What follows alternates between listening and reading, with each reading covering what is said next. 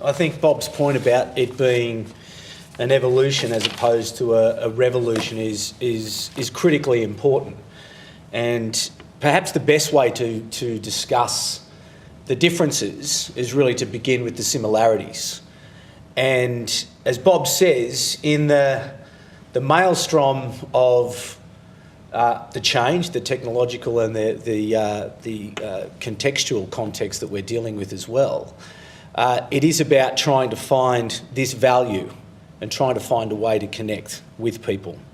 But if we go back to, and we start with those similarities, content marketing, like all effective communication, begins with strategy. And you'll know that as communicators that you've got to think very, very clearly in the first instance about who you are, what you stand for, what your messages are, what you're trying to achieve, and really clearly understand who you are. The second part of strategy is obviously about audience and about, well, who is it that we're trying to connect with? What is it that we want them to do? And I think, as Bob quite clearly pointed out there, the challenge of audience has always been there and trying to understand who they are and what they want to achieve. But now we're trying to find that audience and to connect that with that audience in this four-screen, hyper-busy, hyper-competitive world. So indeed, we probably have to put even more work into the audience. But again, it's not a concept that's unfamiliar with people who are involved in communications. So too, the elements of story. PR people are traditional, that's what you do. You're storytellers. And content marketing is ultimately about story and about finding the essence and the relevance of a particular story or the part of your story that's going to engage with your particular audience. But probably at that point is where we start to leave the platform and we start to diverge, and it's really driven by those cultural contextual elements, but also the technology. Because as Bob pointed out, we are all now publishers. We are all now in two businesses. We are in the business of doing what we do, and we are in the publishing business. That is really the crux of what this change is all about. You now have your own global television station. It's called YouTube. You have your own website which can connect to tens of millions, hundreds of millions of people. You can participate on social platforms that connect with tens of millions, hundreds of millions. So the distribution challenge, the opportunity to connect with people, has been solved. But it's how you go about using the utility that is now there, that is now being gifted to you as part of the change. So that really sits at the core of content marketing.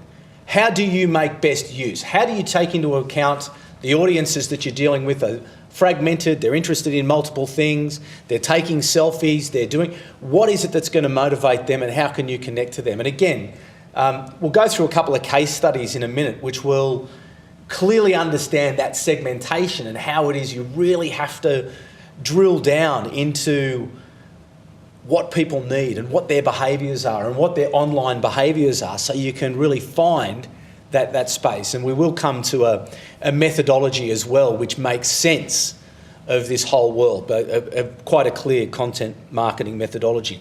Now, what I'm not saying at the same time is that while traditional media has its struggles, as we all know, look no further than the share price of all the major media companies to get a pretty clear idea about this change and where it's happening. And where I see most of that is that I think the traditional advertising model is under threat because of this utility. Big brands are now starting to think, well, hang on, we can do this for ourselves. We can create our own audiences. We no longer have to rent Channel 9's audience. We don't have to rent the Canberra Times audience because we are connected to our audience potentially 24 hours a day, 7 days a week. There is that potential through this new utility for us to join up. But journalists remain important, so let's not forget them. They've got access to very big online audiences as well. So in terms of the content marketing solution, it's not time to abandon mainstream media. You still have to have that part of your content marketing mix. You have to make sure that you're continuing to leverage off what they are doing there. Not all of us have got big budgets, and nor do we have the need to communicate to millions of people. But we can use them when we apply and when we think through the strategic side of things. So you don't have to be connecting with the world. You just have to be connecting with the people that you need to be connected to. So again, this is all part of content marketing. So let's quickly whiz through the methodology, the solution. And I'd really hope that you could perhaps take this away and start playing with it in terms of how you would use that utility in your business in terms of solving some of your problems. And as I said, it starts with strategy and all the traditional elements of strategy that we've been doing with for years. It's all about, we do communication activity, but we do communication activity for a purpose, linking to a business objective. Activity for activity's sake is a waste of time, PR 101. We know that, so no change there. Content. But once we've worked it out, who we are, what we're trying to achieve, who our audience is and all the rest of it, we then move to the issue of content. What is it that our audiences, and probably actually just one point before then, around that understanding of audience, really drilling down into their needs and their wants, how they research, what keywords do they use when they're looking for online content, and what are the questions that they would like answered that you can answer through your content. Again, it goes back to that proposition of value. If through your content you are helping these people, you're making them laugh, you're connecting with their initial point, you're helping them do their jobs, there's every chance in the world you'll build a connection through value. But you have to understand and know just exactly what it is that they're looking for. So you really have to work hard on that audience and that audience segmentation. In terms of content, what are their issues of interest? What questions do they have? Are they looking for video? Are they looking for audio? Are they looking for stills? Are they looking for text? Are they looking for infographics? What sort of content do they look for? And in terms of platforms, you now have your own platforms and you have the social platforms.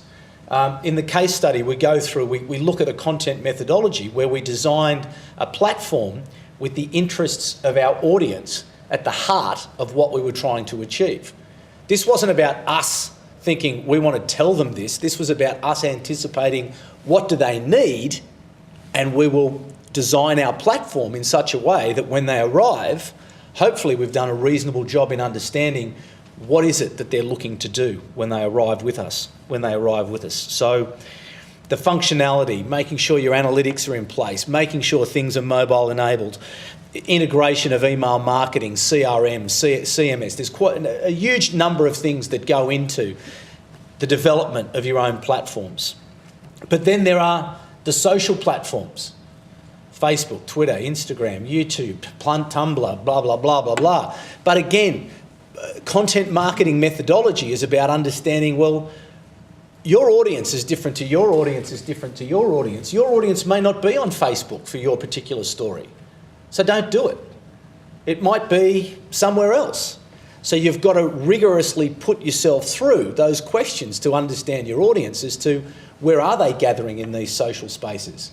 Social sharing now is sort of really, really at the heart of a lot of marketing these days. It's about sharing. It's about getting content that's being resonated and that's moving out and having that networked effect. So your networks connect to your networks, connect to your networks, and we have that ripple effect of where our content is moving. And as it's resonating and relevant, it's travelling further and further and further. So that's the platforms and understanding what that is. So we've got our strategy in place. We understand who we are, what we're going to try. We understand our audience to the really, really well. We've got some nice decisions around our platforms. And again, I'm not talking about, we all don't have limitless budgets. And this is part of your strategy up the front. You've got to understand, well, how much money have we got to implement this? What are our limitations? Perhaps we can't do everything. Well, don't do everything. Do what you can do. So understand that as part of your planning. But then you're in the publishing game. Your platforms are there. You have thought through it. You're ready to go. So what are you going to do now? You've got to plan your editorial calendar. You've got to not just think that we're going to open Facebook and Twitter and sit back and think, oh, wow, this is going to be good. Just about to come rolling in now. Everyone's going to really go for it. It doesn't happen. You've got to think clearly again and create relevant, valuable content and get into the habit of publishing in advance. So give yourself a month and think, okay, what are we going to put up? Where is it going to be? It could be an infographic. It could be a curated piece of content. It could be something from somewhere else. It could be a link to something that you think is valuable to your audience. It could be anything, but get in front of the curve. Don't sit there and wait and think, oh, I've got no ideas today. Geez, what are we going to do today? Oh, I don't know. Think about it in advance. Give yourself a calendar and mix up the types of content so as that you can stay well advanced in terms of the challenges that you've got in terms of your publishing. Because, as Bob said, and as I've said now, you are in the publishing game. That's finished. You have that now. Whether you want to use it or you don't want to use it, doesn't matter. You've got it, it's there, and people will expect to engage with you around your content. The last part of this particular content marketing approach is the measurement and evaluation. And I think for all of us as professional communicators, this is the hallelujah moment. This is, at last, we have some numbers that can possibly mean something. The days of advertising equivalent are buried and dead. No one will listen to you if you take an advertising equivalent number anywhere. And so there are now relevant numbers that you can put in place that can measure the success of your publishing efforts. And that's effectively what the measurement and evaluation is. And I know this in our own company. It's so heartening now to be able to draw down numbers that are effectively measuring the effectiveness of your publishing efforts. How many people are coming to your site? How long are they staying for? When you designed your site for them, what tasks did you have them in mind? Was it for an e-newsletter sign-up? Okay, we can measure that. We can measure bounce rates. We can measure click-throughs. We can measure webinars. We can measure video views. We can measure... You can pretty much... In the digital world, with the digital trace data, you can measure. And you can have numbers. And in terms of finding a place at the big table... At last, we have numbers to go in and sit at the top table. Because in my view, that's what's kept marketing out of it. It's all been a bit soft, it's all been a bit loose. Whereas at least now, numbers over time, not only does that measurement and evaluation help you to tighten up your publishing efforts as you realise and think, geez, that was a real, we put this piece of content up thinking that was going to be right in our audience's sweet spot, and no one looked at it. But they're looking at this other piece of content that, so we know that because we've measured that. Therefore, we're going to have a look at our editorial calendar. So not only does it give you credibility and numbers, I don't know if anyone was here, we were talking about it a bit earlier around when Tina Chawner spoke here a few months ago now about a change management program. She drove the change management on the back of her numbers. And this is, again, as communicators, we've got to connect with numbers much more than we have traditionally in the past. But thank God we now have the numbers. And so it's a rinse and repeat. We get the numbers, we change our editorial calendar, we maybe look at those numbers and perhaps refine some of our audiences and personas and other things that we've worked on earlier, and we roll it out again and we keep measuring. So it's staying on top of it. And there's no question that you will start to see the impact with your audience if you are there on a daily basis talking to them. The days of campaigns, discrete campaigns, are really they're not totally over, because at different times you're going to change your content, but that notion of start and finish is over. That's done. It's on. As Bob was saying before, 24/7, always on. People are looking for that relationship. They're prepared to give you a bit of their attention, but you're going to have to keep giving them some value to keep them coming back. The change will continue, and this innovative approach around communication is going to become more and more at the centre as our traditional media models continue to be disrupted.